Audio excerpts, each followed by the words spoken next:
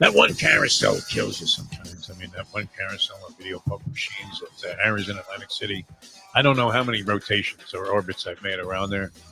But my theory is if a machine hits, get up and leave right away and go to the next machine and see if you can't take something down. And that's worked for me both, favorably and very unfavorably.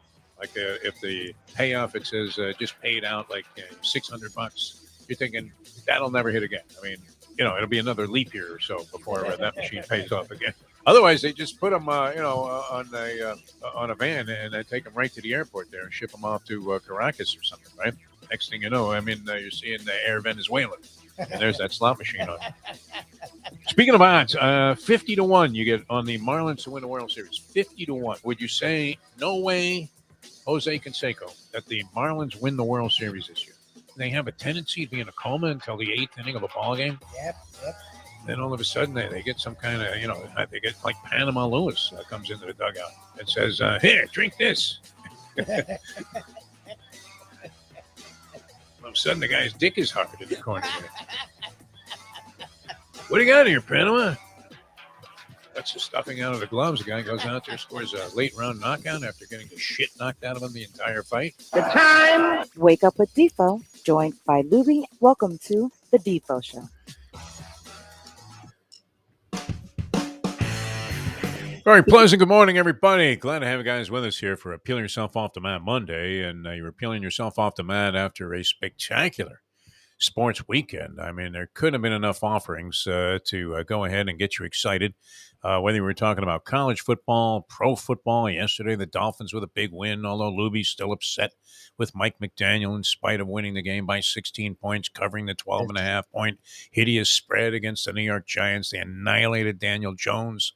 This guy, Achan, remember when they drafted a running back and you thought, geez, they already have like a stockpile of running backs that you would think would be of enough level of quality there with Mostert, and you had Wilson and a couple of others that they had on the roster. And you thought, well, what do they need a running back for?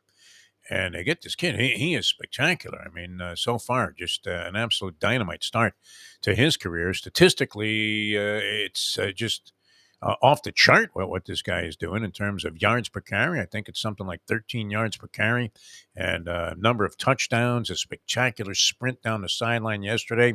Didn't that look like that John Avery run when Jimmy finally got a touchdown in the preseason against the 49ers from John Avery after everybody was saying, what the fuck are you doing drafting John Avery? Could have Randy Moss. We didn't know at the time, I guess, that Randy Moss was going to be Randy Moss. But, people had their doubts about John Avery. And I remember Jimmy running down the sidelines with him. And I'm thinking, all he did was turn the corner in like a 4th and inches. In this case, Achan looks like, wow. I mean, just an absolute unstoppable force there in the running game, which I guess that's part of your beef, is it not, Mike Lubitz, that they don't run the ball enough in spots where it looks like the run is working perfectly well. You would think that would be the safer option than putting the ball in the air, as evidenced by Tua's tipped pick that went back for a touchdown, kept the Giants in the game, kept those of us that unfortunately were forced to take the Giants in a betting proposition due to it's a lot better to be the book, though. I found that to be true over the years than to be the guy that's picking games, Mr. Washington State. Because it's just amazing how far above 500 you can be if you are the book versus if you're the guy that's actually making the selections, no matter how well educated you are, right? I mean, even a professor, right? Loved Kansas State the other day. I was on the show on Degenerate Friday. They get clobbered. They get beaten outright. He did have a good pick in the other game that he selected. But nonetheless, I mean, it's not an easy proposition. If you're the book, you look and you say, wow, these games are all losers. You're looking at the list and somehow managed to go, 4 and my buddy went 4-10 over the weekend. 4-10. Oh, well, he's doing 14 games. Well, there's one more tonight. I have the Raiders. Holy crap. The college games, though, I mean, and I'm looking though when he sent me his selections. I say, "Oh, geez, this guy's wising up, man. He's starting to make better picks." But a lot easier just to sit there and watch the result and realize that most people are getting clobbered for a reason, and that's because it's close to impossible to beat these line makers who are just amazing at having games. No matter even this Giants game yesterday, as much of a blowout as it was, the Dolphins with over 500 yards still came down to like a fourth down play. Yes. At the end of the ball game in terms of spread determination, my friends. Yes. But with all of that excitement, I mean, you had baseball playoffs. The Orioles find themselves on the ropes there. They got clobbered by the Rangers. They did come back and tighten up the score there and finished up 11-8 game 2 of their series after they lost the opener to the Texas Rangers 3-2.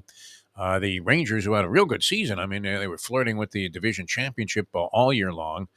In there in a tight race with the Houston Astros, who also lost yesterday to now find themselves at 1-1 with the Minnesota Twins. Way to go, Pablo Lopez.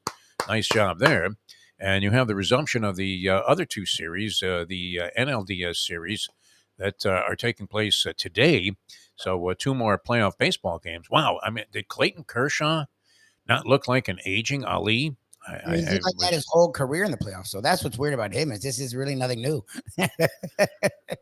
I thought about that. And I thought, you know what? Kershaw's going to turn it around. He had a pretty good season.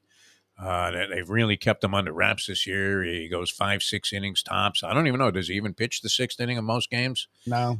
In this case, he didn't even get out of the 1st inning. I mean, it was a disaster. He was just getting absolutely raped out there on the mound. So the Dodgers find themselves in an 0-1 position, as do the Atlanta Braves, who lost to the Philadelphia Phillies. The Phillies hot right now, knocked off the Marlins in a 2-game sweep and then came back and were very, very effective against the Atlanta Braves as they won that ball game. So they have a 1-0 lead. So 2 home teams on the ropes in the National League Series as well. A lot of exciting stuff. The college football on Saturday was sensational, but it all comes back to this. Yep. What the fuck were you thinking? Holy Colin Kaepernick, take a knee, my friend. How is it possible that Mario Cristobal, who's already had an egregious mistake with this very same thing, what was it, 2018? He's coaching at Oregon and is being touted as one of the great coaches. He goes ahead and runs the ball in a situation where he could have closed out the clock just by dropping to a knee. That's all you have to do. Very simple play. Most teams can execute that effectively. And instead, he hands the ball off, results in a fumble, and ends up being an Oregon loss. If that had happened to you once, Lubie, I don't care how long ago it was, would you ever find yourself in a situation where you made that mistake again? I don't think so. I remember watching those games. What has been my criticism of Cristobal since they hired him? Lousy game day coach. It's not even lousy because I'm sure. Look, Oregon won Rose Bowl, won the Pac-12. They won games. It wasn't like every game he's bad. He tends to make weird decisions at weird times, and he did it. He had Justin Herbert as his quarterback. Justin Herbert was there, and they would do some really weird shit. And it was a lot of time in close games that they were winning or should win. And people just assumed he learned his lesson. And I was like, when? He did it last year. They lost 3 games down the stretch when they contended for the playoffs. Like, who gives a shit if he's thinking about UM? And I know his mom wasn't doing well. He's a head coach. Like, finish the season on a high note and fucking leave. He's the same dude. Like I stopped. First of all, the game was closer than it should have been, and that's a lot having to do with his stupid ass offenses that underachieved. The Canes were, I mean, if you looked at it, if you're scoring it like a fight, the Canes were dominant in this game. I think they had twice the amount of yardage that Georgia Tech did. It seemed like they were stymieing Georgia Tech's running game completely. Georgia Tech's quarterback was a transfer, and he hadn't really distinguished himself all that much, although at least Georgia Tech was able to pass the ball a little bit, but he was largely ineffective throughout most of that ball game. And then, I mean, you have 33 seconds to go. What do they give you, 35 on or was it 40 in college on the play clock? The play clock's going to expire. I mean, they have no timeouts left, Georgia Tech. They can't stop the clock. All you have to do is, take a knee and the ball game's over. Why would you do anything else? It's incredible to think that you would actually hand the ball off in that spot. Although, Lubie, think about this for a second. It didn't result in a loss, and it wasn't as catastrophic. But even the great Nick Saban in his game against Texas A&M, He gets a first down, and Texas A&M either has 2 timeouts or not enough to stave off. If you just took a knee on 3 straight plays, that was going to be the end of the ballgame. And instead, inexplicably, Saban's quarterback drops back and throws a swing pass that falls incomplete, stops the clock once. I mean, talk about a gratuity.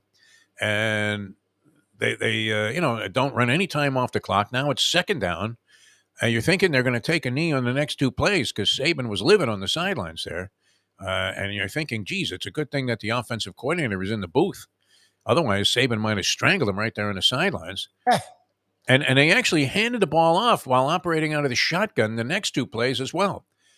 And it ended up there were 7 seconds to go in the game on a 4th down play. And Saban decided he was going to have his quarterback run around for a couple of seconds and then fire a pass. And the time expired while the ball was in the air. Now, A&M never got the ball back, so that was a big differential. But they could have just as easily fumbled in that spot and left A&M with one chance at salvation, much like happened in the Georgia Tech game. Now, as inexcusable as it is to do the running play and then the handoff that Cristobal went ahead, I guess it had its seal of approval on this. You would have thought, is he on the headset at all with the offensive coordinator? Yes. He's highly involved, especially in the offense. Wouldn't you have cut the line at that point and not even allowed the offensive coordinator to speak? And then, of course, they give up 2 big pass plays after that and lose the ball game. I had turned away from the game thinking it was in the bag. I thought it was done. I mean, whatever domination they were, UM was down going into the 4th quarter. Like, they didn't dominate that game. I know the stats may have said something from you looking at it after the fact. I watched the game. They didn't dominate that game in any way. Everything I told UM fans for getting excited for beating fucking Bethune-Cookman, just wait for the ACC. They look like shit in that game. Defensively, they were strong defensively, so I'll give them credit. Their offense wasn't good. Like, they can move the ball in the 20s. I don't give a shit. They weren't able a bunch of picks by Van Dyke in this game. Yes, 3. Versus Georgia Tech's bad. Georgia Tech's one of the worst teams in the ACC. Like, yes.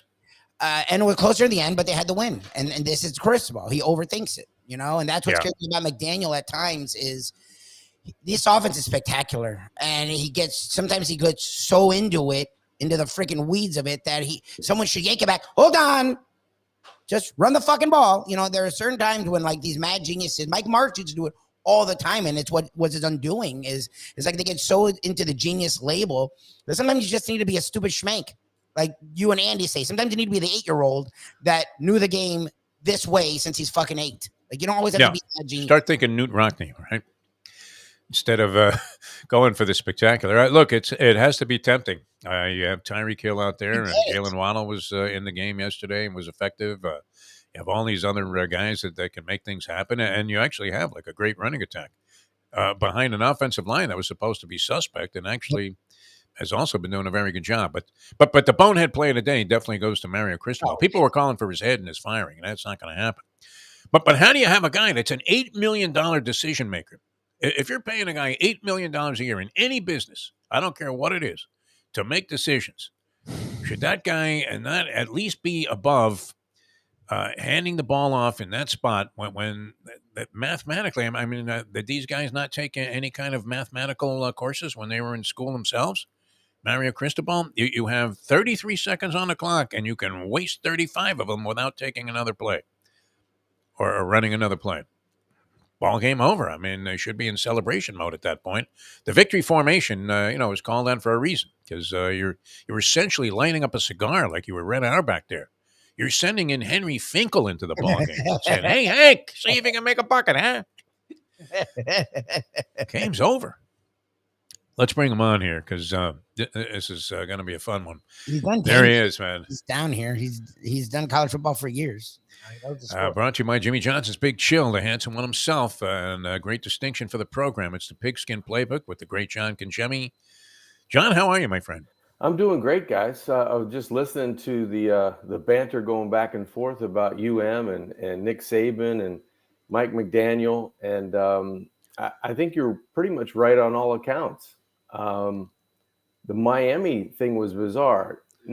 Full disclosure, didn't watch a play of the game and didn't need to, thinking that Miami's 3 touchdowns, 2.5 touchdowns better than Georgia Tech on their worst day.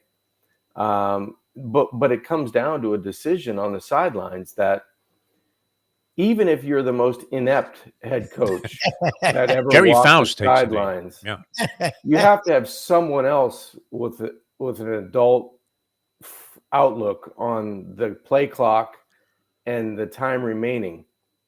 And you have a veteran quarterback that should have looked at the sidelines and goes, "What are you guys doing? I'm going to just kneel on the ball. Yeah, you just do it. Yeah. You know, I'm going to take it in my own. I'm going to alleviate you of the mistakes that you could potentially make, and I'll handle it. You guys shut up. I got it." And kneel on the football. It's crazy. I don't understand. And when you watched it, even when I watched the replays, I said, well, okay, they got what, 2 plays at there's no way they can score. Sure. So now it goes back to the defensive side going, whatever happened to the mantra of stay as deep as the deepest in prevent. Like no one gets behind us. No one's going to get behind us. But yet you have 2 players in those awful black uniforms trailing a Georgia What Tech was that, by the way? Yeah. A Georgia Tech player. Just wear your normal orange at home and your white pants and go out and beat them by 35. Yeah, I don't get it. I don't get it. And it must be a real kick between the legs that you got to pay that guy $8 million to make no decision. Just stand there and go, oh, he didn't do anything. Well, and then beyond that, I mean, Mario's not one to start pointing fingers at players. But, I mean, he didn't really bear full responsibility for that in his press conference. He really seemed lost, where he was saying, well, I'm not exactly sure what happened there. Well, that's the bad part. You're the guy. It's your fault. Yeah. Yep. Like, you're on the headset. I heard you guys talking about. I mean, he's got the defensive coordinator. He's got the offense coordinator. All he has to do is hit a button. He's got both of them. So I just. That's what I wonder. We look. The priest should have intervened. Anybody. The priest should have went out on the field as the 12th man and at least got a penalty just to calm everybody down. That's the thing. Yeah. Well, that's it. Like we often judge coaches, but there are certain decisions that you never forget. You know, the Seahawks to this day, Marshawn Lynch gives Pete Carroll crap. But we've always wondered, look, how much. Yes, the coach is the head coach, but a lot of the time when you have a strong OC, strong DC, you let them do their thing. You know. The Atlanta Falcons against the Patriots. Shanahan was not the head coach, but a lot of the time Dan Quinn let him do his thing. But like you've been there on the sidelines, high school, college, even in the pros. Like when the head coach is sitting there and it's a dumb decision and he has full power, isn't it incumbent upon them to say, no, you know, like I feel like a lot of the time they sit out and sometimes it's like, hello, it's your job on the line. Like I said, I didn't watch the whole game. So I didn't watch the fourth. I didn't get the vibe of how it was going down. And I don't even know if they had timeouts left, but if they had a timeout left, it makes it even worse because all you had to do, if you have all this indecision and confusion about did Miami make a first down or was it not a first down when they were trying to run out the clock, call timeout. Yeah. Just call timeout. Now, like, again, I'm not sure if they had one, but if they did, it makes it worse. Because I want to say that they did. I'm thinking they did because all you have to do is call timeout, bring your team over to the side, use your fingers and toes and go, okay, we have so much time on the clock. Yeah. Let's just take a knee. And so what if we give them 3 seconds left on the clock or whatever it might have been? It's better than exposing yourself to a potential turnover. And that's what you do when you run the football or throw it. Joe Pisarcik is off the hook. That was 2 timeouts. Yeah. Okay. So that makes it even worse because you could have taken a timeout, no panic. Let's talk about it. Even one of the hype guys that runs around the sidelines, somebody's got to know a little analytics, right? Because everybody's got 3 analytics people on the team now. Right. So when you call timeout, you consult. What's the deal? What's the situation? Okay, how much power does the quarterback have? Van Dyke, he's like 23, I think. He ultimately has all the power because he's the guy on the field. He's on the field. Yeah, He's on the field. Even if he doesn't want to do the knee, I'm saying, like, let's say, okay, you Oh know, yeah, he could call timeout too. can he at least coach? Absolutely. What the fuck are we You know doing? what? These guys don't know what they're doing. I'm going to turn to the ref, call timeout, walk over, go, what the hell are you guys doing? Yeah, it's inexplicable, especially since it's happened to him before. I mean, you would have to think that, that 2018 game in Oregon hit him so hard and he faced so much criticism for it that you would tell yourself, hey, I've been married 3 times too, John. So, we've all made mistakes and repeated them, but everybody makes yeah. mistakes, but you would think that there's so many people, we talked about the head coach, we talked about analytics, we talked about the quarterback, even someone, Joe Zagacki should have called one of the timeout. coordinators. Well, yeah, one of the coordinators. Don Bailey Jr. should have Don propelled Bailey himself out of the box onto the field. He must have fallen off the roof of the stadium there after seeing that happen. And then, of course, I mean, just the ultimate slap in the face when they score on 2 plays. Before the game, I was watching a little ACC network, which I had to figure is being run by ESPN, since Stephen A. Smith was a big presence there on the pregame show. And Stephen A. they asked him for, I guess he does a listing on his regular show, top 5 this, top 5 that. So they asked him the top 5 players, or he listed the top 5 players in UM history, which, if you're going to have a top 5 players in UM history, can you leave Jerome Brown off of that list? I know you have to draw a line somewhere, and there are a lot of great players, and it wasn't like any of the players that he mentioned were a disgrace. He had like Sean Taylor, Ed Reed, Ray Lewis, and Michael Irvin. I forget who the 5th one was, but it wasn't somebody who said, "Oh my God, what are you crazy, Stephen A." But how do you have a list that doesn't have Jerome Brown? Which, if you tracked it through UM historians, John, is it a fair statement that people would come up with a consensus that Jerome Brown might have been the greatest UM player of all time?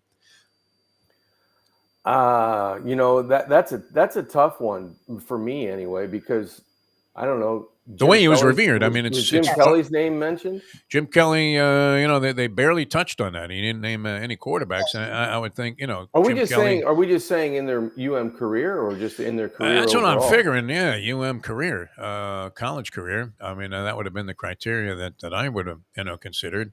What about Johnson, the receiver? Was he on that list?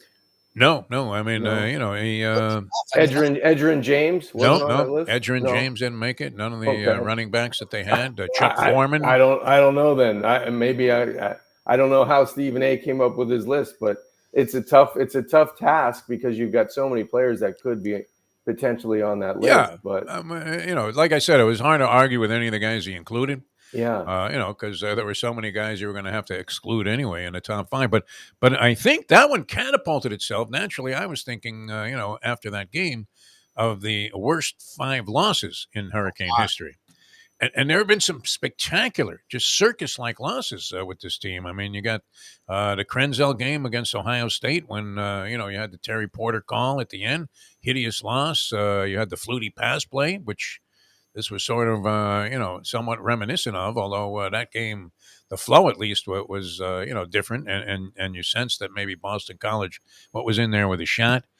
Frank Reich with the comeback, Maryland in the second half when they were down like 35-3 or whatever it was at halftime, or 35 points at halftime. Penn State Fiesta Bowl with the 6 picks by Vinny T, including Giftopoulos. But the importance of this game wasn't as significant, but wouldn't you have to put this right at the top? I mean, you can't blow a game like that. Yeah, you're right, especially because this could mean not getting in the ACC championship.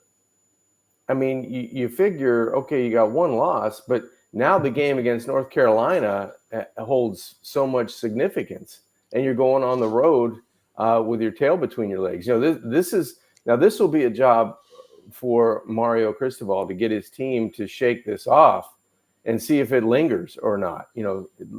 I'm interested to watch them play, because is it one of those games that they come out and they shake it off and they're right back and trying to hit on all cylinders, or does this loss linger when something happens in the game, some adversity hits, and they don't handle it well? That'll be interesting to watch.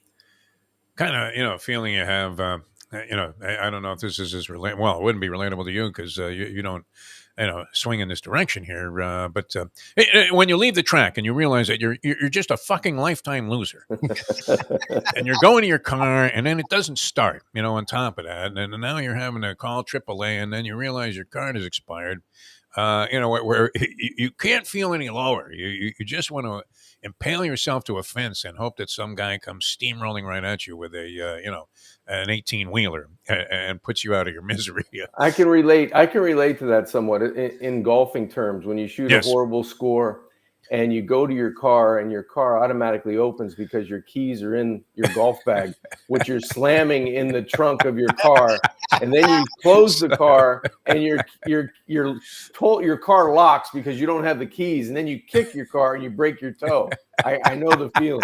No. That's how you would have to leave that game for sure. Yeah. And weren't that many people even left in the stands then to see this horror that took place after that. All right, let's go through some other college football in the meantime, and then we'll get into the pros here. A good win by the Dolphins yesterday, although Lubie critical again of Mike McDaniel under the "don't get cute" premise that we often profess here on the show. And you're looking at that one play. It was a 14-point turnaround. Dolphins going in for a score. Giants end up scoring. They make it 14-10, and you thought, the offense is just unstoppable.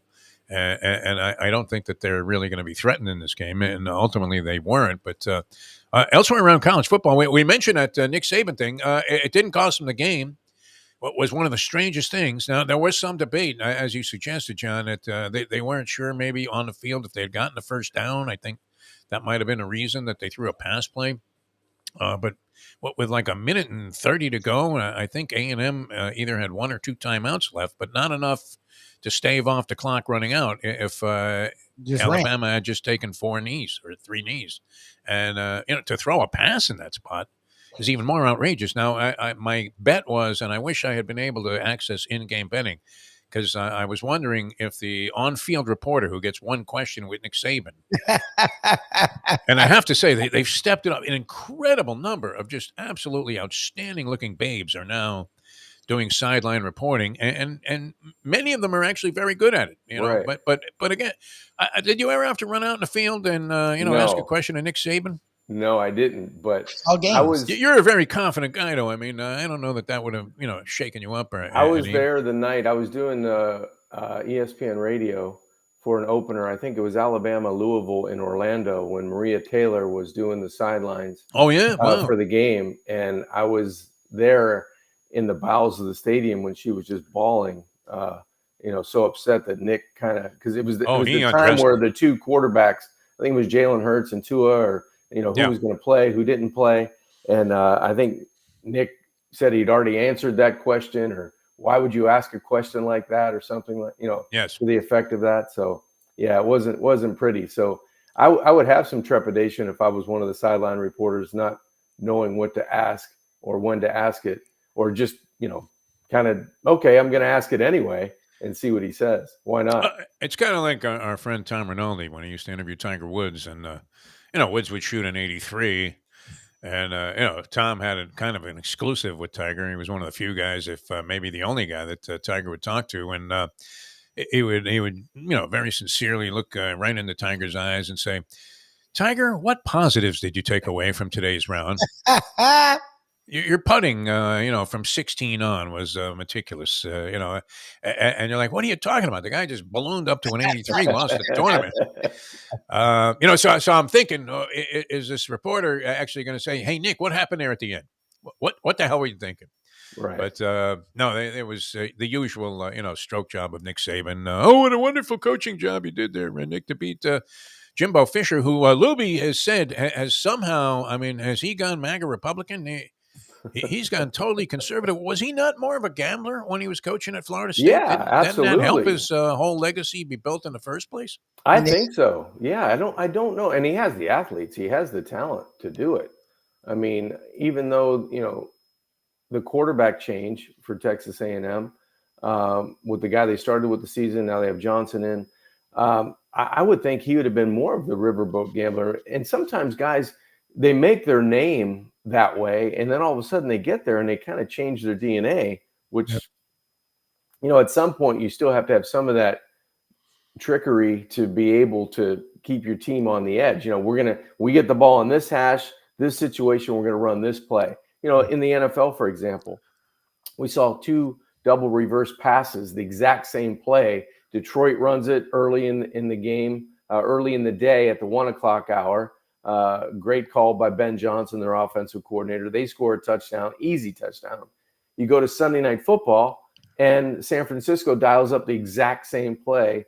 And I think it was after the game, reading the notes coming out from the game, that they saw that play in the Detroit game, and all of a sudden it was like Shanahan said, I knew it was going to work when we called it. We had it in our game plan, and it gave me confidence to call it in the game. So it's all about, you have to have some of those plays in there just to keep your team on edge. But knowing when you're on offense and you're in that situation, it's sudden change. We just got a turnover. The ball's in the plus territory on the right hash. We're running this play because we've repped it all week. Then your coach doesn't call it.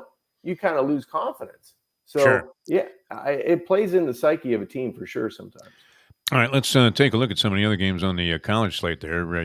Just an absolute travesty in losing to Georgia Tech. And as you said, John, possibly losing a shot at playing for the ACC championship. LSU and Mizzou, I took a tough beat on that one. It was one of the few games that I lost in my straight-up bookmaking ventures with my buddy Francesco. Had Missouri. A lot of the wise guys liked Missouri in that game.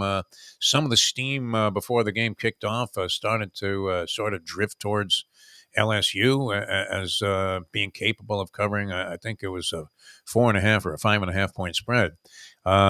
Missouri's in a position there. I mean, at the very worst, if you had Missouri, you were going to win this game. Yeah, because they're like leading.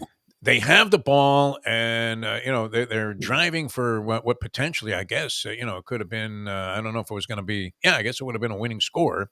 They cough it up, and then somehow they get the ball back, and the only thing that can beat you is a pick six at the end of the ball game.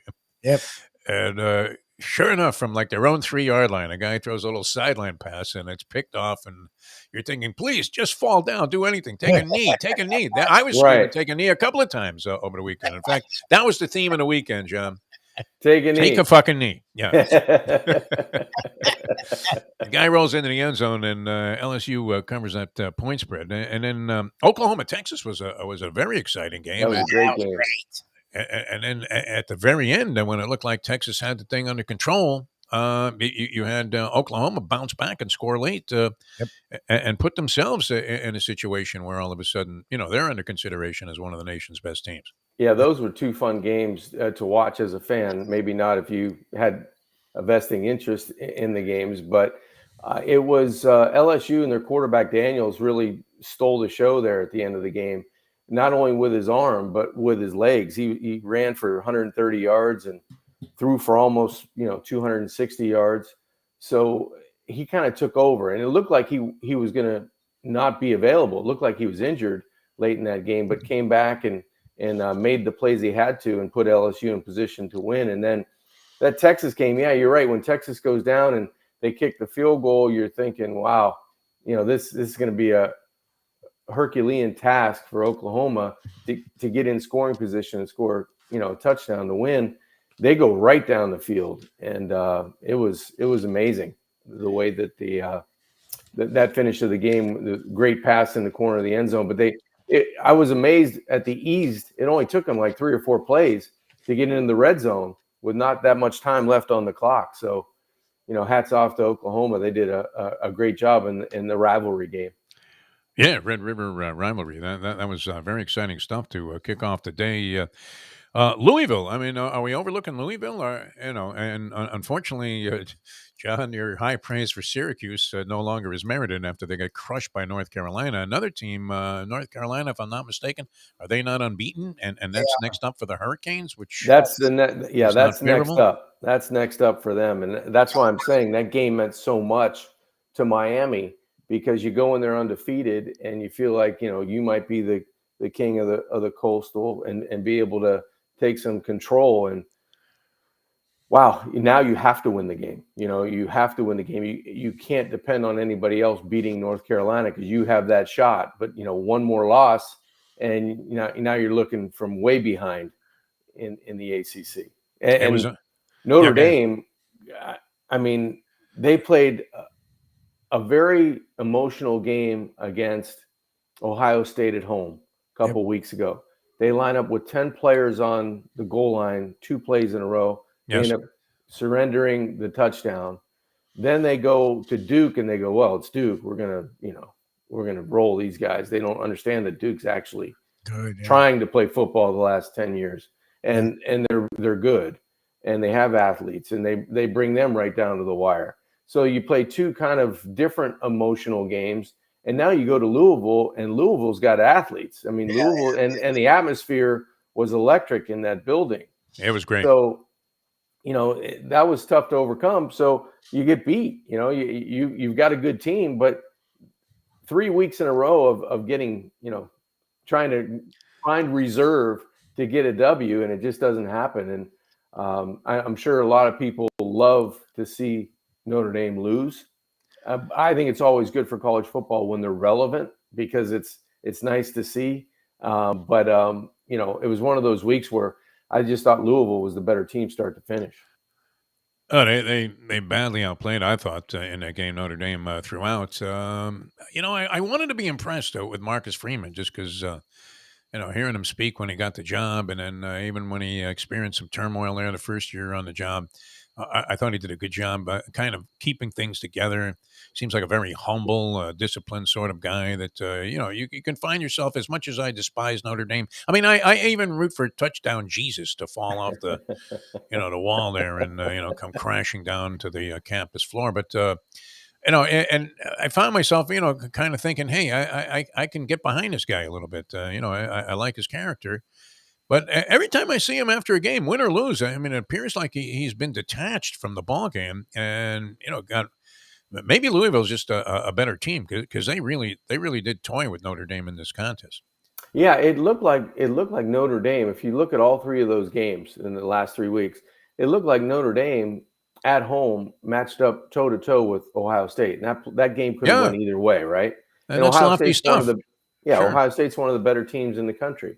Then they go to Duke, and they don't look like that team. They look like they played a little bit down to the the inaccuracies of the game. It wasn't a clean game by any stretch, and they just went back and forth, with love taps until they finally made a play to take over the game.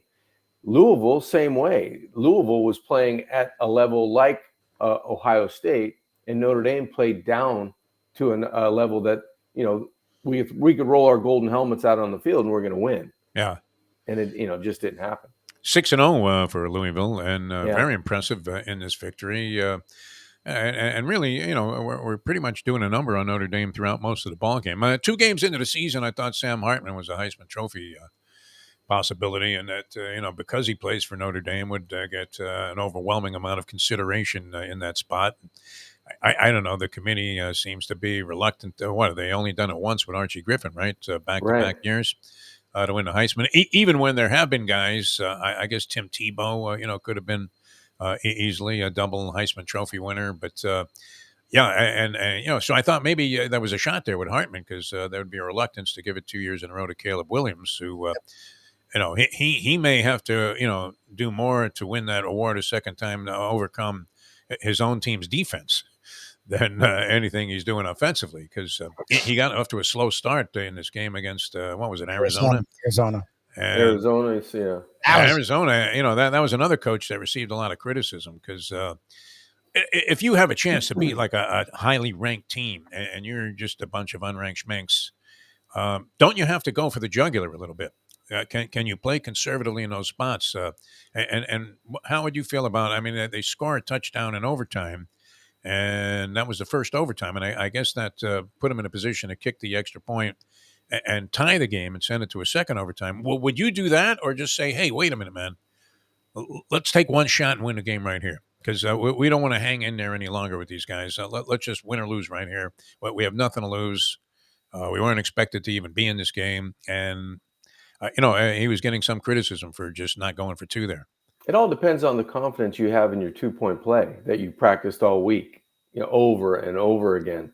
I would say in the course of a game, sometimes underdogs and coaches that are coaching that team, when they get a lead, they all of a sudden say, okay, now let's slow it down a little bit. Let's try to drain the clock. Let's make this game, a couple more possession game. But they forget to realize that team's really good, that you all of a sudden have a touchdown or 10-point lead. And the reason why they were favored by 21 in the game was because they're supposed to beat you pretty bad. So it's tough to hang on to that. You almost have to keep it going. You almost have to, I'll double down, I'll press. Let's keep it going. Let's just play the way we're playing. And if we lose that way, at least I could say, you know what? We rolled the dice. We gave it all we got. We're all in, right? So when you come into that 2-point situation, if you feel like you've executed that play, you've got a good one dialed up, you've got a good one called, you want to be able to do it. And you want to end the game there, but something in the back of your mind saying, let's just extend this game as long as we can and see if there's somehow that they're going to make a mistake. Well, most of the time you never get to that chance because the better team finds a way to make that play and usually comes off the field victorious. Well, and that's what ended up happening as eventually USC in the second overtime ended up getting the score they needed to win the ball game, and they dodge a major upset there. Third week in a row that they've won a ball game and dropped in the polls. Meanwhile, at the top, and we were, saying that Georgia had handpicked their opponents pretty much the way that Canelo Alvarez does at some German graveyard. But they were supposed to be tested in this ball game against Kentucky. Kentucky was coming in with some credentials. And, it's interesting because, people are going, oh, geez, I wouldn't lay 20 points with this team right now.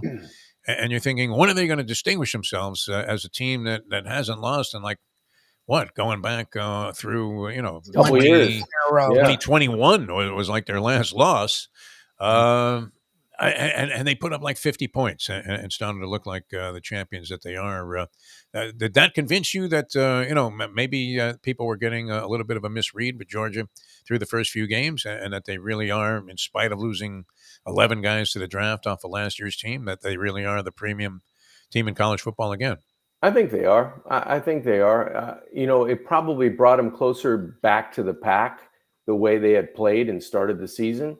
But when you see them put it all together against the team that, coming into the game, Kentucky was highly rated, well-coached football team, big physical offense and defensive lines. Georgia dominated the game from start to finish. It wasn't close. And it tells you that when they put it all together, you're going to have to play better than you think to stay in the game.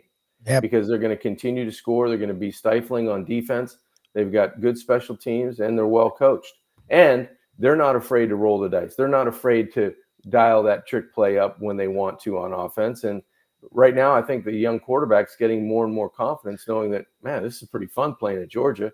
I got a lot of athletes around me. I got a solid running game.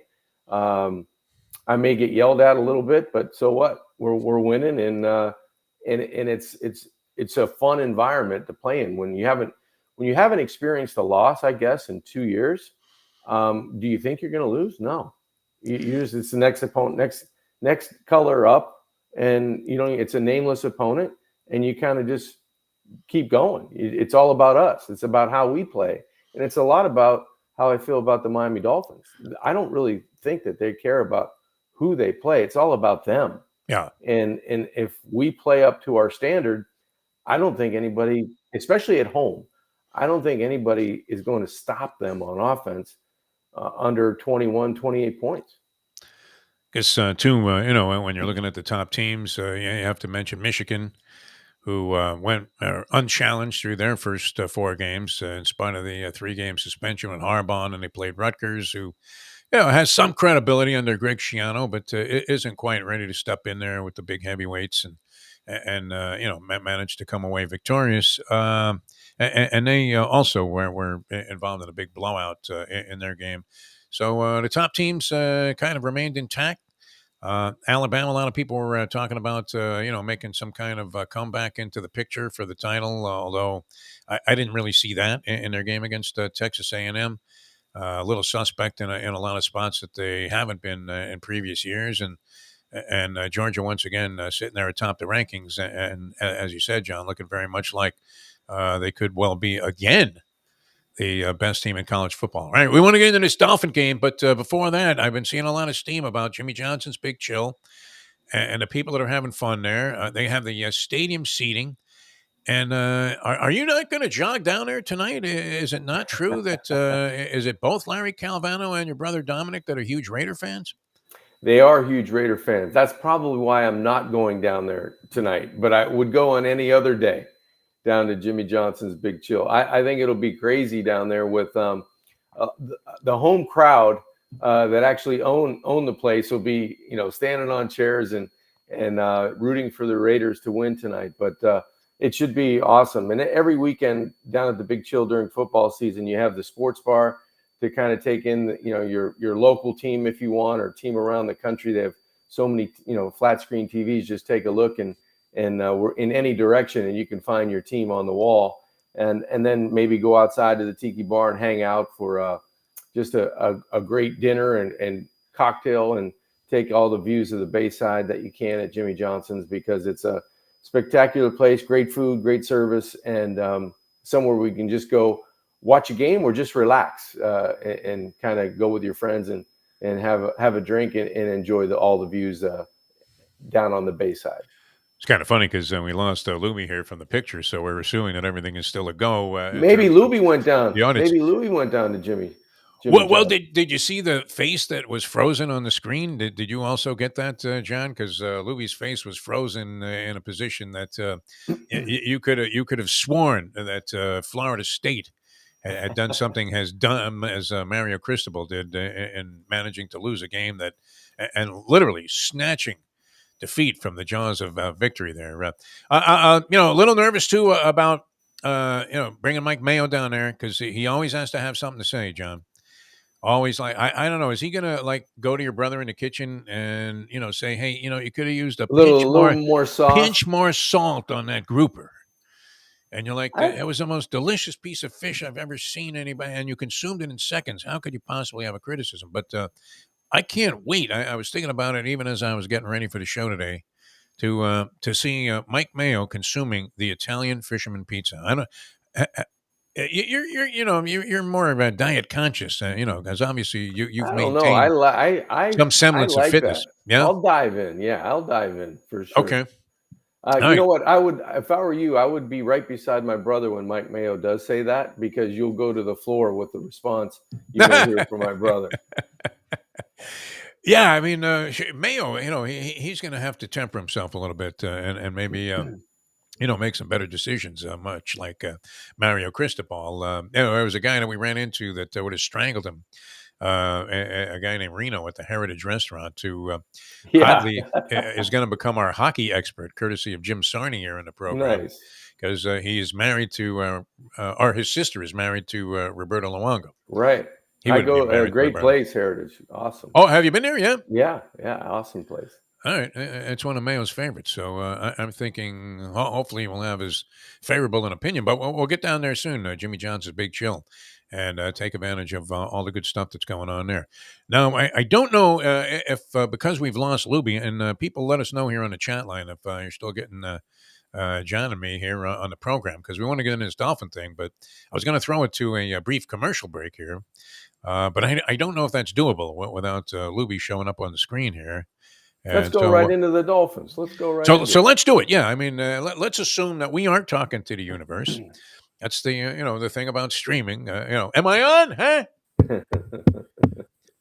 That happened to you in radio shows? Frequently? Yeah, absolutely. All of a sudden, you get a text from somebody. Oh, okay. Yeah, Andy says we're fine. Which it's always good to know that he's fine as well, because he's been struggling with a couple of things. But all right, Dolphin game yesterday.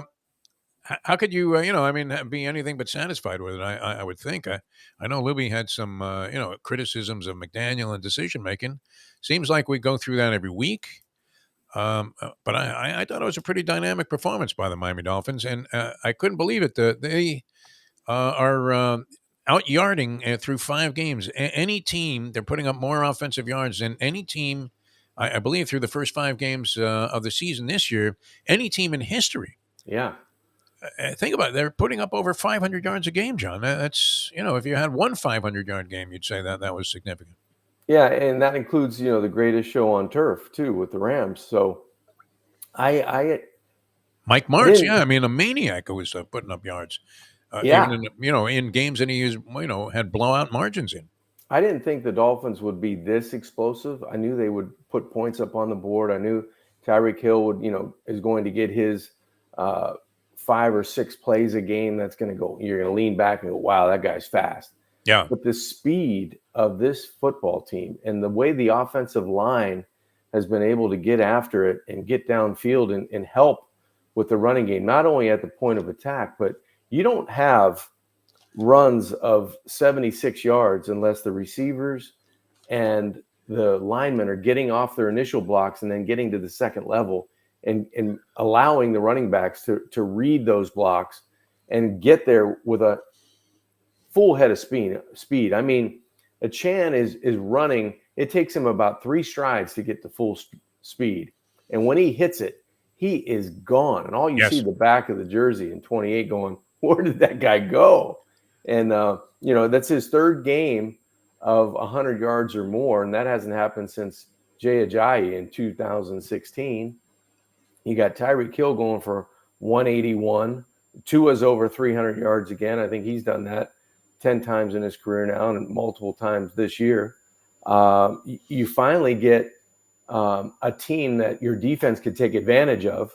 You get 7 sacks, you get 14 quarterback hits on poor Daniel Jones, who I felt, sorry for. Well, he got after a annihilated while because his offensive line. I think that was the 5th offensive line setup for the New York Giants through 5 weeks, and you can tell. I mean, it just. Well, who was the guy they had out there at left tackle? His name began with an E, U something, and he was just. Let's see if they have it in here. He was horrendous. Yeah, I'm not sure. Izudu, right? Josh Izudu was just getting beaten like a drum. I mean, you couldn't leave that guy out there. Well, Van Ginkel looked like he was running the rail on a sprint, around the track. Yeah. He never broke stride. He went right around the tackle and, on top of the quarterback and within a couple of seconds. So, you get Sealer had 2 sacks. I think Agba had a sack and a half. Van Ginkel was in on a sack. Christian Wilkins flashed all day, which was nice to see. So you had a bunch of different guys get in. But when you go back and watch the game, it's 14-10. You're going, how can it be 14-10? The Dolphins are completely dominating this game. In the second half, it was nice to see, to Lubie's point earlier in the show, that somebody took the play calling sheet away from Mike McDaniel and just said, all you can do is call runs on this drive. All you can do is call runs. Because I think they scored in 8 plays and 7 of them were runs. Yep. So it was nice to see they got back to kind of grinding it out, because sometimes I think the Dolphins forget they have so many options in the passing game. Like when they started the game, I think their first drive, they had 3 plays of over 20 yards, and they went bing, bing, bing. They went east and west, tired out the Giants defense. Then they started hammering them north and south. Then you get, a screenplay that goes for 69 yards and a touchdown. So there's so many options on this offense. You sometimes forget, this kid, the rookie, ran for 100 yards in 3 games straight. He had 200 yards in one game, then he had 150, and then he had 102 or whatever it was. So you forget about that. And the offensive line and Ingold are pounding people. I mean, Ingold was terrific, and so was the rookie. I think the rookie, what's his name, Brooks, or I can't remember, the young running back that came in the game. I saw him go in at fullback, and he was absolutely pounding people. So it's nice to see. And now with Buffalo losing, it seemed like, Buffalo loses, Baltimore loses, all the teams you needed to kind of take a step back took a step back. New England got pounded. They're done. So the Dolphins are back in the driver's seat, and I think the Giants and Carolina have come at a great time, because then they can go on that stretch where they get Philly on the road. They go to Germany for Kansas City. They have a couple of somebody in their weight class they're going to have to play in the next month and a half. The Bills, and Pagula should file a protest with the league. I mean, how ridiculous is that? It's one go thing over to make there the with team, the team already there. when the team's already there. I mean, that's and so they've been bad. there for more So than a bad. week. And you couldn't have started the game more lethargically, which is not atypical of these stupid London games and European games. I understand marketing and the money and all of that, and that's all great, but to have Jacksonville there on subsequent weeks, and then be waiting for an opponent to come all the way over to London to play a game with a body clock of 9:30 in the morning, it was atrocious. And you genuinely could say that they just put an L right there in Buffalo's resume for the season, because there was no way against any reasonable team that they were going to be in a good position in that ballgame. Yeah, I felt the same way, and I was thinking about that during the week. I was looking at the list of games, and I'm going, how is that possible? So Jacksonville is going to get home field. Not only it's a home game for them, I guess, but home field advantage, because they're all rested. They're acclimated to the time change. I don't think Buffalo went over till Friday or something like that. It was crazy. So I was thinking the same thing. That was totally unfair. For the wise guys, Bills. We're all over that. I mean, all week long. Even Lubie, picked up on this and said, "Hey, wait a minute, man. How is Buffalo going to beat Jacksonville going there when Jacksonville's been sitting in London for a week and change, already played a game there?" That would be the same equivalent now of having Jacksonville come back and play on a Thursday night. Yes, here and they should against anybody on the road. Same thing, really. 100%. I mean, it's atrocious, though, to impact. I mean, it's one thing to showcase these games in Europe, but when they have that kind of impact, where you're essentially just tagging one of your top teams in the AFC with a loss, or putting them in such a compromising position that they would have had to be brilliant to, and they never really got it going in that game. And the first half was abysmal at best. I was absolutely ready to just pop a cyanide cap, John, because I was thinking, what is wrong with you, DeForest? First, I passed on a $25 tip horse that Mayo gave us on Saturday, and I could have easily, gone to the track. I had tickets I could have cashed, put they're in minor amount of money, $40, just put it all in on that horse, walked away with $500 and called it a day. But how do you not bet Jacksonville in the first half, especially on the money line with Buffalo playing under those circumstances? And they really played like they were in a quagmire, like they just stepped out of the opening scene of a Dickens novel and were trying to play football in some real marshland. It was totally ugly. Many other things. Let's you have a few more minutes to be with us here, because we have I got some a couple NFL minutes. Sure. Okay. All right. Good. Well, we'll take a quick break here and come back with more Jimmy Johnson's Big Chill. Lubie, any news on that? Maybe John. Do we have to get Tommy Fox involved? Because that makes it complicated. One that's involved, and that's I think why. What do you think, John? You may have to make a call for us. We'll talk about that. I'll make a call. I don't go whenever. I don't want to. Yeah, we don't have to line up Jimmy. We just have to get Mayo down there and let him eat. That's all. That's all we're looking for. That's right. One man, one lunch, and we'll have everybody, all of those subscribers to Let's Eat South Florida convinced that this is the place to go. I mean, you can go to a lot of classic joints down there in the Keys, and there have been places that have been there forever that have their own legend built. But I think Jimmy Johnson's Big Chill is, achieving that kind of a legendary status, and if you haven't been there, you definitely want to give it a shot. All right, we'll come back and talk a little more NFL with John Congemi. John Congemi's Pigskin Playbook, brought to you by Jimmy Johnson's Big Chill in Key Largo at mile marker 104, and back with more with John in a moment. Now that. Folks, Tony Segreto here. Let me ask you a question. What do you look for when you go out to eat? Good food, obviously, friendly atmosphere, not too loud, but good energy, reasonable prices, and a place where you feel comfortable. All those ingredients, no pun meant there, are hard to find unless you're talking about the Texas Roadhouse. You see, they encompass all of those attributes. Really, really good food, amazing atmosphere, good for a family, good for a date, or just a night out for yourself, and prices that will make you extremely happy. Their ribs unmatched, steaks hand cut every day. Everything, and I mean everything, is made on site, including their incredible bread. It's the one day, folks, that you can forget about low-carb diets. Trust me when I tell you, Texas Roadhouse, your restaurant, your destination when you say, where should we go and eat tonight? From the newly renovated sports bar to the beautiful bayside views captured at the Tiki Bar, Jimmy Johnson's Big Chill has it all. Located at mile marker 104, the Big Chill also offers waterfront dining while experiencing breathtaking sunset views of the Florida Keys. It's simply the hottest spot in the Keys to cool off. That's Jimmy Johnson's Big Chill at mile marker 104 in Key Largo. For more information, call today at 305-453-9066. We welcome to the show John Congemi, who joins us for Dateline Dolphins. John, how are you, my friend? Defo, I'm doing well, and that's not the only thing that's going to reach a new height. I'll be at about 220, 225 after the football season. Is it too much? The food's outstanding down at Jimmy Johnson's Big Chill. Grab a bagel and a schmear, plus some Defo and Lubie. Welcome back to the Defo Show. All right, welcome back to the show. A few more minutes here. John Congemi's Pigskin Playbook, brought to you by Jimmy Johnson's Big Chill, mile marker 104, the Overseas Highway in Key Largo. All right, the Finns easily over the Giants. I would say this, that I saw the line open up 11 and a hook. The Dolphins at home against the Carolina Panthers.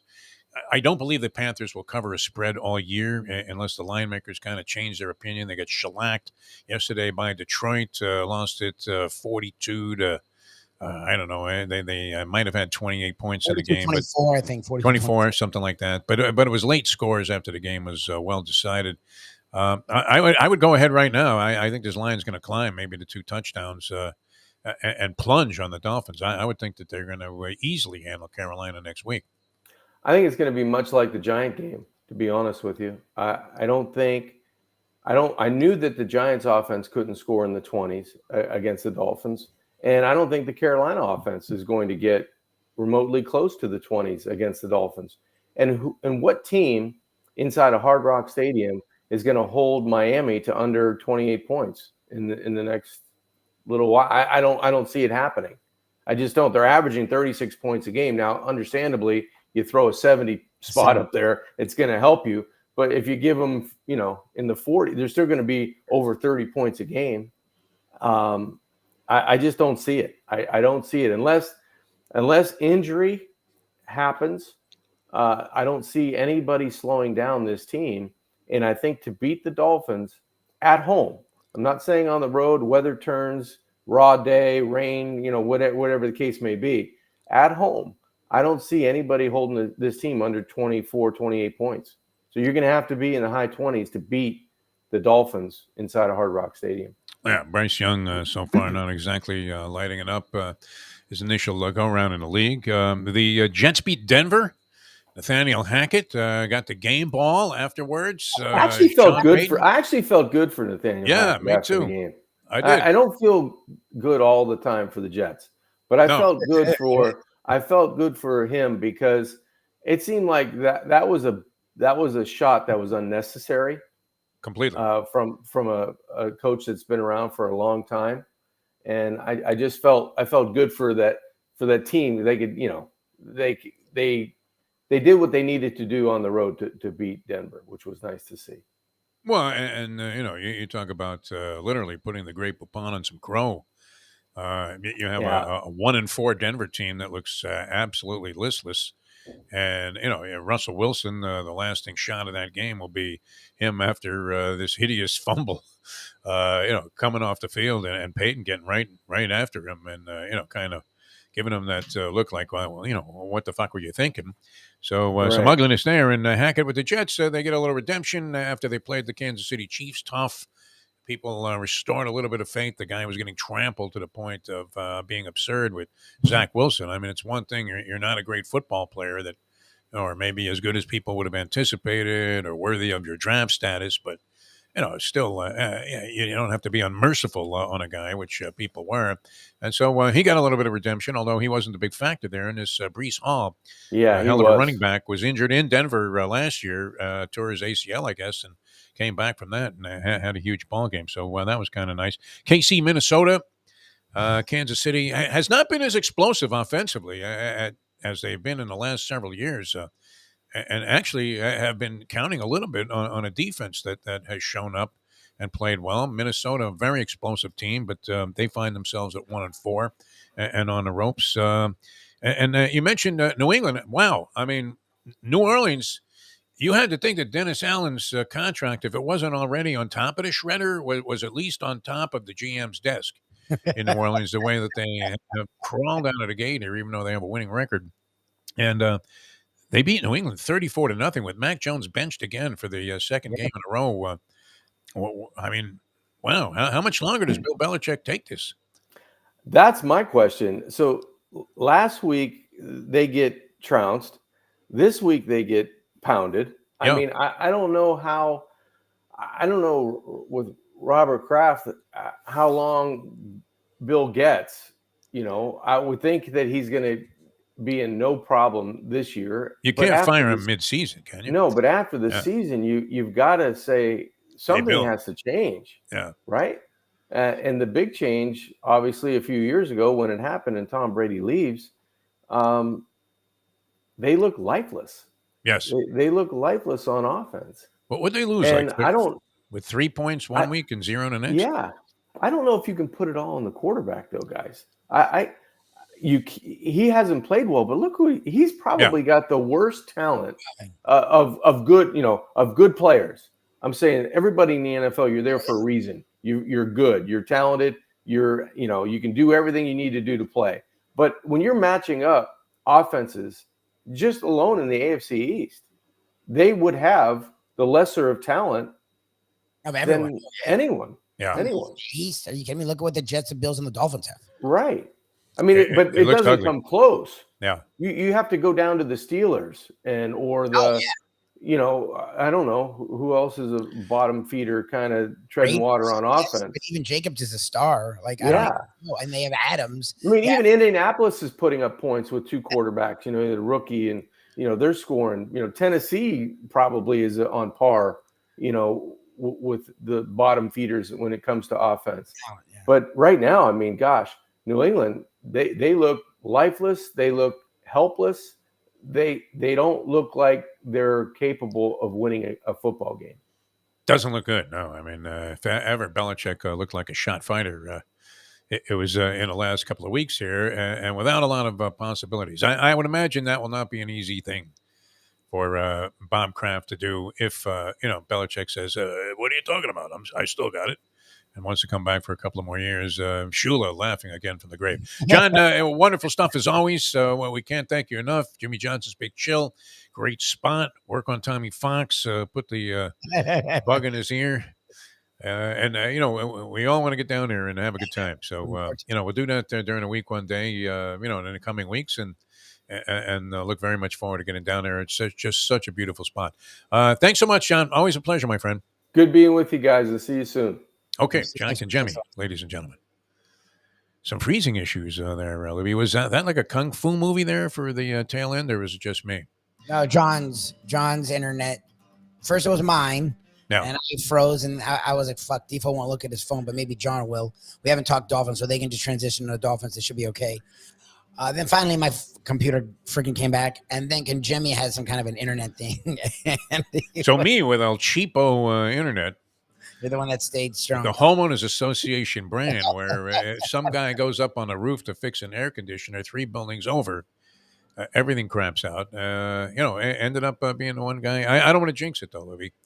The one guy that has been solid. It is insane, you degenerates out there. I mean, every game it seems like that. That was amazing that the Giants were still capable of beating the point spread yesterday at the end of that game, which was long since decided.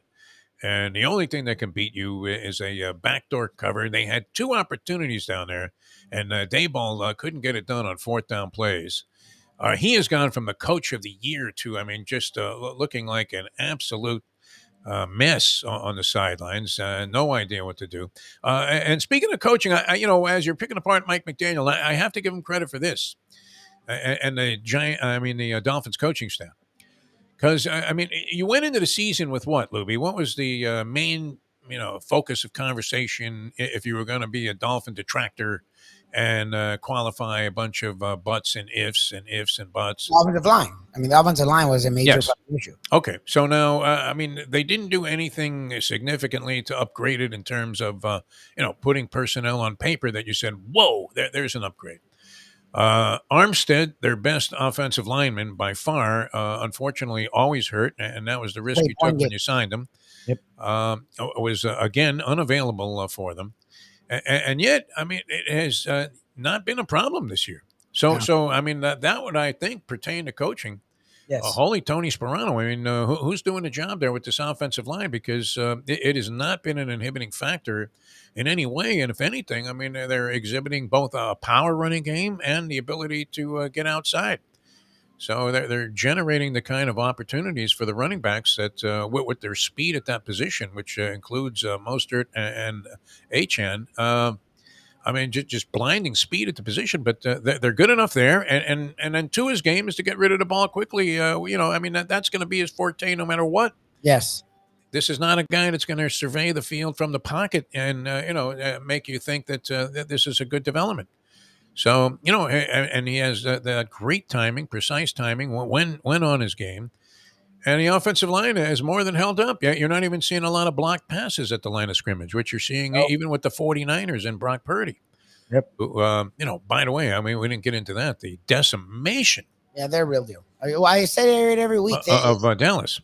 They are the best team in the NFL, and everyone else is on another. Like even the Eagles, who are still undefeated. Yes. They're a good team, have struggled pretty much every game. Even they've been vulnerable, yes. The Niners haven't. Yeah, they haven't beaten everyone like they beat the Cowboys. But wow. They've never been threatened. Like you knew they were going to win, and you knew they were going to win decisively in every game this season, which is impressive in the NFL. There are a lot of Dak Prescott detractors I noticed on social media. Have you? What was it about this guy? Is it because he plays for Jerry Jones? I think he's average. I just think he's like Tannehill. I think he and Tannehill are the same dude. If they have everything working, they look good. If you need them to win a game for you, good luck. Yeah, you thought maybe a couple of years ago it looked like he was emerging. Last year, started to have suspicions that maybe that was a bit of an illusion. Dak Prescott, the Cowboys were somewhat snookered, as all teams are. Imagine if you're the Giants right now. This Giants report card here in the New York Post looks very much, except for the 1B that they got on special teams, like my college transcripts. It does. Offense, F. Defense, F. Coaching, F. And they only had one other category, special teams, which they didn't do a bad job there because this guy, Graham Gano, he missed one field goal early in the game, but he did it a couple of long ones. He's been very effective. 55-yarder. Like the one he missed was a 55-yarder. Jamie Gillen, the punter, wasn't too bad in the game, and that was about it. Defensively, you would have to think, though, the F, was it deserved? I guess so. Even though they got that tip play that came back for 102 yards, holy Henry Carr, what are we talking about here? Nearly an NFL record. 102 yards. I believe, do you remember Henry Carr, a defensive back for the Giants many years ago? Mm-hmm. This would have been before your time. Henry Carr was a sprinter, a U.S. Olympian, a very accomplished 200-meter sprint guy. And it came at a time where, because of Bullet Bob Hayes, people were starting to take a look at, track stars and thinking they could convert them to football players if they had any experience. And Henry Carr was a defensive back, but he was also their kick returner. But I believe I want to say he was a kick returner, but he had a 104-yard, I think, interception return. And he just sprinted up the sidelines there and nobody could catch him. This looked like, the Dolphins' offense, as effective as they've been, are not very good tacklers, are they? No, but they're usually not. It's like when a field goal gets missed, it's almost guaranteed. As long as when someone kicks a 65-yarder and there's always a guy catching it, it's guaranteed they're returning it because you have a bunch of fucking linemen. Right, exactly. On the goal line, they do the Marino token, thing where Marino used to take an angle on a guy after a pick. Was he going to get in the guy's way? Come on, Danny boy. We know that was all a farce. And he would sort of jog over there, like he was actually going to, try and defend the goal line. But you were all praying that he didn't get in the way. Out of the way, Just let the guy score here. We'll get it right back. One throw, we'll get it right back. All right, coming back with more. I don't know. I mean, I'm not the biggest 49er fan. I kind of like their team and their approach. I'm not a Shanahan fan. But you have to respect what they've done, and they were in the doldrums there for a long period of time, where the DeBartolos had gone and abused the salary cap consideration so badly that you thought, wow, this team's going to be bad forever. Yep. But they bounced back and have been one of the well-run franchises over the last several years. And at the top or right there knocking on the door. It seems like season after season. This Brock Purdy, what a hell of a find, huh? You talk about Tom Brady II. Does he not remind you? Doesn't have the biggest arm. Does some things, that you would say, my God, huh? He had at least a couple, maybe 3 or 4 passes blocked at the line of scrimmage. But great timing on his throws and gets the ball to the spot that you absolutely need it to be. And has tremendous, obvious offensive prowess to work with there. With McCaffrey and Kittle and they have excellent personnel. The guy Deebo Samuel, yeah. How do you leave that out? How do you leave out Jerome Brown there? Brown. Isn't that a dangerous list to get into? The top 5 Hurricane players of all time. I would do top 5 defenders or top 5 offensive. Like I wouldn't just do top 5. I mean, I think you could go top 5 by position. Yeah, you're gonna leave a lot out. I mean, defensive line, Warren Sapp. I mean, Warren Sapp was the other guy that was on the list. That was a good call. When you go to the offense, I mean, the running back lineage that they had for a stretch there was fucking ridiculous. The receivers, they've had some great receivers. The quarterback, look, they were quarterback forever. Yes. Like, to me, their quarterbacks though. Jim Kelly legit. Vinny was a legit, prototype quarterback. Bernie Kosar, as a college player, you have to put him in the same category as people put Tebow. Let's say, where. Yes, but much more distinguished as a pro, Bernie Kosar. Yes, although it was not unlikely that you wouldn't have thought Bernie Kosar is going to be a great pro quarterback. But I don't know that he was, but he was good. He was good in pros. Yeah, he was Greasy-esque, right? Cerebral, but with more personality. I would say he's their second best ever. I mean, outside of Kelly, who's a surefire Hall of Famer. Yeah. And I guess that's what you're getting to, like the Ericksons of the world and the Steve Walshes, like they were like caretakers, like Toretta. Yes. They were caretakers. Ken Dorsey. Dorsey. Sometimes a caretaker's okay. Like that's what Purdy is. Like, yes. Purdy. People look. The professor is still has reservations about Purdy, and you can because I don't think he's a great quarterback, but he doesn't have to be. That's my and I'm hard on Hurts. I'm hard on Hurts because I think the Eagles need him to run the ball well to set up their offense. The Niners don't need Purdy to do anything. Like, if Purdy has a shitty game, it wouldn't matter. Like, they're so fucking talented, especially with McCaffrey, where they can just run the ball all game. And they probably will still play that defense they play, and they'll still beat teams. And Purdy knows it. That's what's great about Purdy is he doesn't try and get in the goddamn way. He's like, all right, fuck it. Here. It's like having, an unbelievable front line on a basketball team, though. I mean, if all you had was Kittle, McCaffrey, and Deebo Samuel, what are you going to do? You can plug a lot of quarterbacks in there behind any kind of respectable offensive line. All right, we're going to come back with Brett Tessler, the agent of the stars, who just celebrated a birthday. Yes. So we get to wish him a happy birthday, and he got another birthday present yesterday. Mostert with a touchdown. That was averaging over 6 yards a carry, just slamming the ball against a very inept New York Giant team. So we'll come back and talk some more about the National Football League. For Jim Sarney, we do have to mention the Aces with a second-half rally to take down the Liberty in game number 1 of the WNBA Championship. There you go. I like this girl on the Aces, Kelsey Plum. Have you followed her at all? I mean, she's a top-notch three-point shooter by WNBA, or any standard for that matter. I don't know that I would want to go toe-to-toe with her shooting threes, even though I would be confident from the stripe.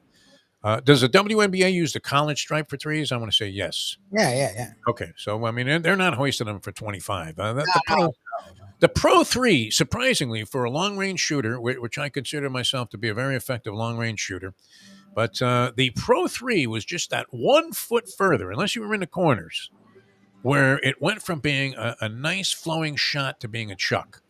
You had it. It was a bit of a chuck. All right, Brett Tessler going to join us here in a moment. Now that. The time. Thanks, Jenny. 9:22. Ponies in Style at Champions, the outstanding simulcasting room at beautiful Hialeah Park. Yes, the grand old lady of thoroughbred racing has never been more vibrant, and you can wager on the races from the top tracks around the country while enjoying a cocktail at the Brass Rail Bar or any of the fine food served throughout the facility. If poker is your game, you're covered in Style, and you can play all your favorite Vegas-style games, including blackjack, craps, and roulette, in Hialeah Park's sizzling hot casino. Get a player's card when you walk through the door for all kinds of generous amenities, including our favorite, free play, when you come out to the ultimate casino and entertainment destination, Hialeah Park. These days, we're all looking for comfort anywhere we can find it. Thank goodness for Landlubbers Raw Bar and Grill in Plantation, because they are making sure you are as comfortable as possible. First of all, they're not only open for delivery and pickup. All you have to do is go to landlubbersbarandgrill.com for both pickup and free delivery. You're going to have the best wings in the world. You're going to have a great burger. You're going to have their amazing soups. Again, Landlubbers Raw Bar and Grill. It's nice and easy. Just go to landlubbersbarandgrill.com for both your pickup and free delivery. Thank goodness for Landlubbers for making you always feel right at home. Are you looking to buy your first home? Have you been turned down for a loan? Do you need to refinance or get money out of your home? Call Michael Kodsey, CEO of Choice Mortgage. He's been helping the South Florida community get mortgages for 30 years. Hi, this is Michael Kodsey, CEO of Choice Mortgage. We have the most competitive fixed rates in the market. Call me 24/7, 561-441-2730. And remember, I don't just work banking hours. To make the right choice for your home, call Choice Mortgage today. Simple pleasures of this job, the way a stadium sounds when one of my players performs well on the field, the way we are meant to protect them in health and in injury. Less, more attention, caring for them, caring for ourselves in the games too. The agent to the stars, the one and only Brett Tessler. All right, welcome back to the show. Peel Yourself Off the Mat Monday here. A lot of action all the way around the gridiron, of course, and around the world of sports as well. So just a terrific weekend. Baseball playoffs underway, but we zero in once again on the National Football League as we welcome every Monday to the program around this time. The agent to the stars and Lubie. Do we have some celebratory birthday music? It's your birthday. Happy birthday, Brett Tessler. Welcome to the show, my friend. Thank you, guys. Good to be with you. Are you one of those? I mean, it could be. I mean, I could see this, with the way that you like to celebrate life. Are you one of those month-long birthday celebratory people? That's what I meant to say. Celebratory. I'm one of those year-long celebratory birthday people because it's always it truly is my philosophy, Deep, that life really is too short, and so. Yes. Every day should be like your or people you care about's birthday. Every day should be Christmas. Every day should be Mother's Day. Every day should be Father's Day. You shouldn't need a day on the calendar to tell you that you should be nice to someone or give something to somebody who you care about. That's how I try to live life every day, and I hope everyone else does as well. Well, you've been a fine example of that. I try to live life like that every day, but come up on, way short on most days. All right, Dolphins yesterday. We were talking about it with John Congemi. He does, a show with us every Monday as well, the great John Congemi. And the Dolphin victory, you could have anticipated it. The Giants are not a very good team this year. In fact, bordering on horrible, especially without Saquon Barkley in there. But what did you take away from this? Your man again, hammering it right up the Giants' ass. Raheem was averaging over 6 yards a carry in the game. I think he had, 65 or something like that, and 10 carries and a touchdown. And this Dolphin offense is just explosive and particularly impressive the way they map out that first drive and routinely score on that the last couple of years. The offense is embarrassing. It's an embarrassment of riches, as in it's not even fair just how many weapons they have. I mean, you're talking about a team where, their third running back is probably better than most teams' second, if not first. Their fourth receiver is probably as good, if not better, than most teams' second or first. And so when you talk about not just that type of top end talent, but that kind of depth, it truly reaches a point of unfairness. And the only thing I would say is, like, yesterday's game wasn't even as close as the score would indicate. And the Giants ended up getting a cheap touchdown on a careless interception. Frankly, I just think that's Tua getting bored. I think it's akin. Oh, hell, wow. All right. I think it's akin to a tennis player beating their opponent so badly that they just decide they're just going to stay back at the baseline and try to slap winners, regardless whether they put one into the net or put it out. It's, it gets to a point where you literally start to get. You were doing that with me. I remember the last time we played after, starting out, as a raw beginner, and then, you started taking down your club championship. And I remember just standing there and I'm saying that this guy is just picking me apart. It's a joke. Beef, you beat my ass so many times. And you beat my ass so many times and made me break so many rackets. Yes. You were emotional. By the time I beat you, I think it was akin to like Spinks beating Ali or something like that. I don't think. You became an accomplished player. Well, I appreciate it. I worked hard, and I did end up reaching a higher level. But back to what we were saying about the Dolphins. Yeah, I really think it's a case of it being such a non-competitive game that some of the mistakes you saw the Dolphins make yesterday were just careless. I think it was out of boredom. I think it was out of just laziness that happens when you sense that it's a wrap. And so that is the kind of offense this team has, and the defense has some talented parts. They make some impact plays, but obviously there's no way I think they'll be able to match the level of the team's offense. If this team ends up going far or all the way, it's more than likely that they're going to be out shooting people in high score games. It's not a bad defense. And again, there are some serious studs on this defense, and there's some missing pieces that will definitely make a big difference when they come back. But saying that this defense isn't as good as the offense is not a knock on the defense. It would be impossible for a team in today's NFL to have both sides of the ball be that dominant. I suppose the closest thing to it is maybe the 49ers. They're close. But even so, I mean, I think when this offense is clicking, they're in a class of their own, bar none. Well, what I found interesting, Brad, and you have a direct line to Mostert, is I came in watching that game yesterday and watching A-Shane. It feels like he's starting to steal the shine from Mostert. And you wonder, a guy who's fought this hard to get there, he's finally playing really well for the Dolphins. He's scoring, he's running, they're giving him the touches. How would he respond? And I was already almost formulating the question in my head to ask you. And then A-Shane has, I think it was the long run. And it wasn't Jimmy Johnson or McDaniel running down the sideline. It was fucking Mostert. Mostert was running down the sideline with him. And Mostert, who was off the field, was the first one to celebrate with him. And I'm like, I guess that answers it for me. Like, Mostert feels confident in his role to the point where he's celebrating with him. But it feels like this whole team's like that. And you see that with the teams that win. They usually have the team concept where they put their stats aside till after the season. Like, when you've talked with him, how is he receiving A-Shane? Because to me, feels like they're all just getting along and just happy that they're putting up points and winning. Raheem is the ultimate team guy, the ultimate locker room leader, the ultimate warrior.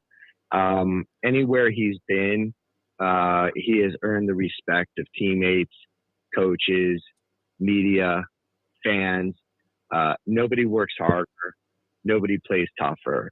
And nobody is more about winning than Raheem. And, he's at a point in his career now where he's won all sorts of individual accolades. He's been a championship game MVP. He scored touchdowns in Super Bowls. He's, been in the record book, both, organizationally for a lot of the records that he set in San Francisco, as well as NFL records that he had parts of when it comes to things like yards per carry, postseason performances, most ever touchdowns, yards by a running back. So he's made good money. He's accomplished a lot individually, but really the guy has always and will always continue to be about winning. And so nobody could be happier for the success of Ashan than Raheem. And Raheem is the kind of guy that will do anything and everything that the team requires him to do. If it means Raheem having to get some of the tougher yards in some of the short yardage situations, even, 1-2 yard touchdown run, that doesn't do wonders for the yards per carry, not to mention what did he have, a 40-yard run that got wiped out on a borderline hold. So, it's a long season and the statistics will continue to come. And one thing you see is in situations like these, one game, it may be Ashan, the next game, it may be Raheem. And that's just the way a good offense runs. You want to keep defenses off balance. You want to keep them guessing. And so, to answer your question, Raheem is very, very sincerely doing everything he can to help Ashan, and for that matter, every other player on that roster in any way he can, trying to help this team win. And so, so far so good. And let's just hope that, they stay on track. He's impressive, by the way, in post-game interviews. And anytime I hear him speaking about the team, very much those sentiments that you just expressed are easily and drawn from, the comments that he makes. And you can tell that he's really seems to be very comfortable right now with this Dolphin team. All right, looking around the league, San Francisco, they shellac the Dallas Cowboys, Brett Tessler. I don't know if, you have clients on either of those rosters. I would imagine you pretty much have people everywhere, but a very dominating performance. And the social media people we were speaking earlier about, they're not particularly kind to Dak Prescott. But Lubie, never was overly impressed with Dak Prescott. Are the Cowboys, are they counting on the wrong guy there at the quarterback position if they're going to be a championship caliber team? Very familiar with both organizations, have represented a couple of the better players on those teams in recent years. And this was a game that just the fan part of me was more excited to just watch this game. It's at 8:00. Yeah. There's nothing else going on. You've eaten dinner. All you're doing is just waiting for this game. And it ended up kind of disappointing from the standpoint that you would have liked to have seen it remain a little more competitive into the second half. And it was just made very clear that the two best teams in the NFC are the 49ers and Philadelphia. The best teams in the AFC appear to be Kansas City. Buffalo obviously gave the Dolphins more than they could handle last week, and they had a major loss in Matt Milano in yesterday's game. And that is the kind of loss that cannot be discounted. That guy completely changes the entire complexion of that defense. And so with him being out for the year, that's a real massive blow for the Bills. And again, as long as the Dolphins are winning games and clicking the way they are, they're right there in the mix as well. And so it's a long season yet. We're not even, a third of the way done or about that. So it'll be a lot of fun here to see how things progress in the coming weeks and months. I forget who took over for D. Smith as the head of the Players Association, but should there not be some complaint filed? How is it possible that Jacksonville would be allowed to stay in London for 2 straight weeks? And here are the Bills. With an awful lot riding on this ball game, and I don't know that you're going to put a team in a more compromising position from the standpoint of where and the circumstances in which a game was going to be played than the Bills faced, and it was easily seen.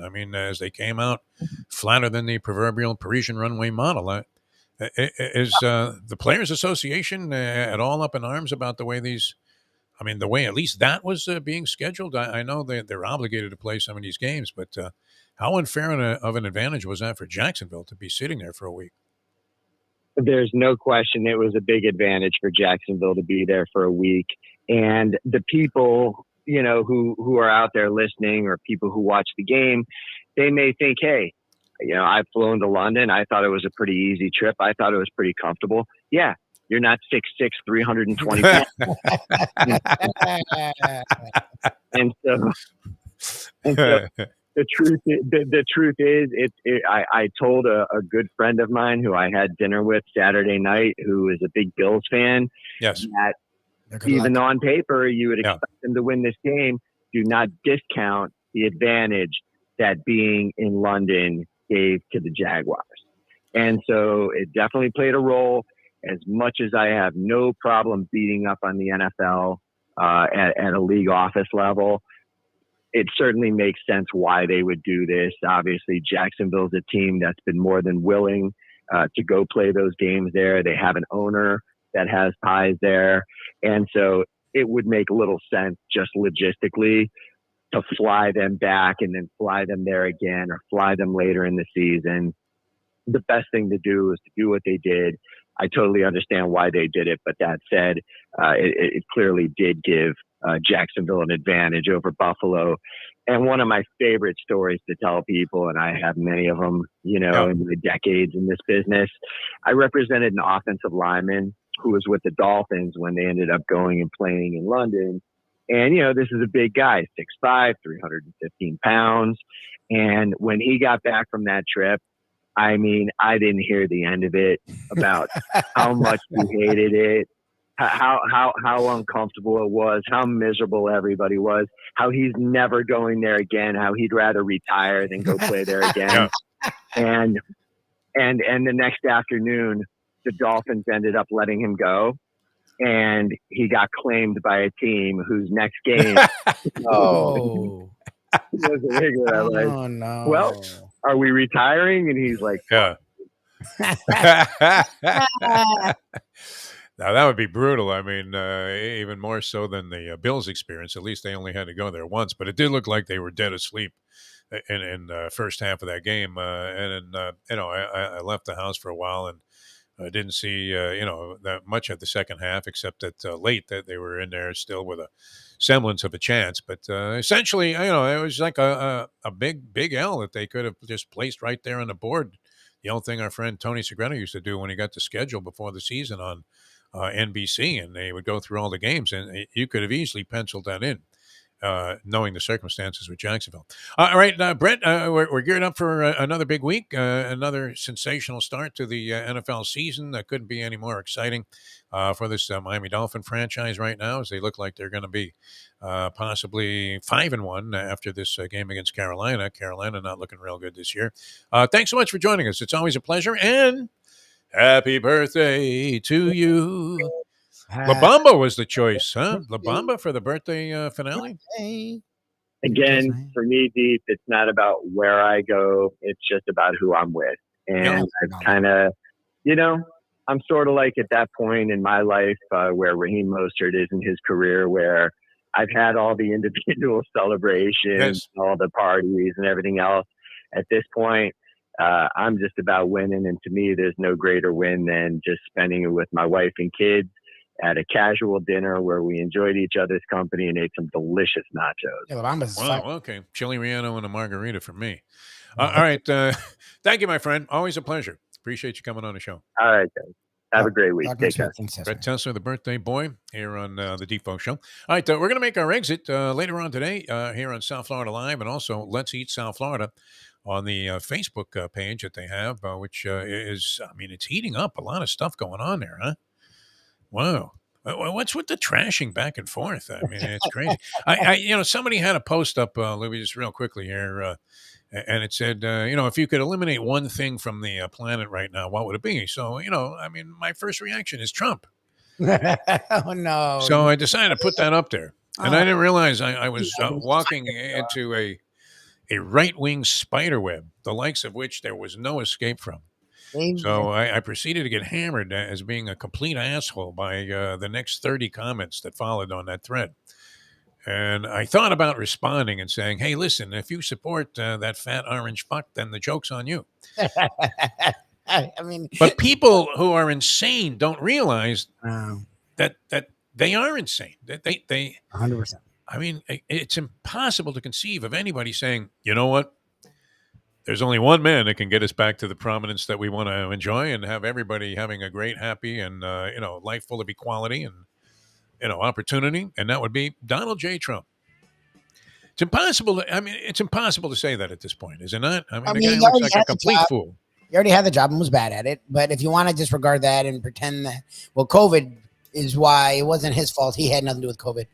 Sure, fine, whatever. Look at what he's done. Well, look at what he's dealing with right now. Like, if any other politician was dealing with one of these cases, they would have tapped out because not even the cases. On it. He's on like 8. Like, there's like 8 different cases active. Like, why is he still focusing on the president? Because that's his only source of making money. He's a failed businessman who's an atrocity as a human being. Yeah. And he's using this to make a living. Like, look at the people that used to be allies of his that have completely turned on the guy and essentially said, "Hey, completely inept. I mean, never mind or whatever he's thinking. There has to be another guy that's more together than this guy that could go ahead and try to impose these conservative policies that everybody thinks is going to change everything around. Which, whatever, believe what you want, but there's no way it's this guy, right? I mean." Like, what person on the planet does anyone they're connected to go down, and you don't think it's at some point go, that's fucking weird that any person that person's connected to is going down, either getting indicted or arrested. That's weird. Maybe something with that guy. He's been arrested more times than I have at this point, just in the last year. A lifetime arrests. All right, that'll do it for us. I just, don't even. It was so stupid of me to. I didn't even realize it was just a reaction. I was reading the thing and I just said, "Hey, I got to put Trump down there," because I would like to see him go away, not necessarily from the planet, but just go away, Like OJ, you got away with murder, OJ. Just go away. He's out there playing golf. He's on the senior tour. It was ridiculous. All right, we're going to see you guys later on 12 o'clock today. Mike Mayo's Lunchbox. And we will also catch you on nofilter.net. For Mike Lubie Lubitz, I'm Jeff DeForest. Enjoy the rest of the day, and we'll also see you tomorrow on the next edition of the Defo Show as we leave you now that. The time. 9-4-4, Willie McCovey. Let's go to eat a damn snack. Look what they done to my soul.